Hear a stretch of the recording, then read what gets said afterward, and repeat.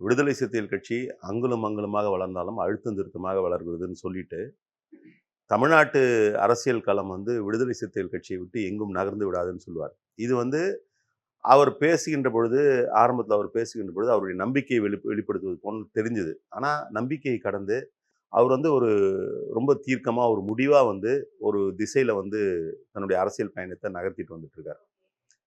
அதில ரொம்ப முக்கியமா என்ன பார்க்கணும்னா, நெறைய தலைவர்கள் வந்து ஆரம்ப நாட்கள்ல வந்து அவர்கள் முன் வச்ச கருத்தியலோ, இல்ல கொள்கையையோ அப்படியே யூ டர்ன் அடிச்சு போற நிலைகள்லாம் நம்ம பார்த்துருக்கோம்.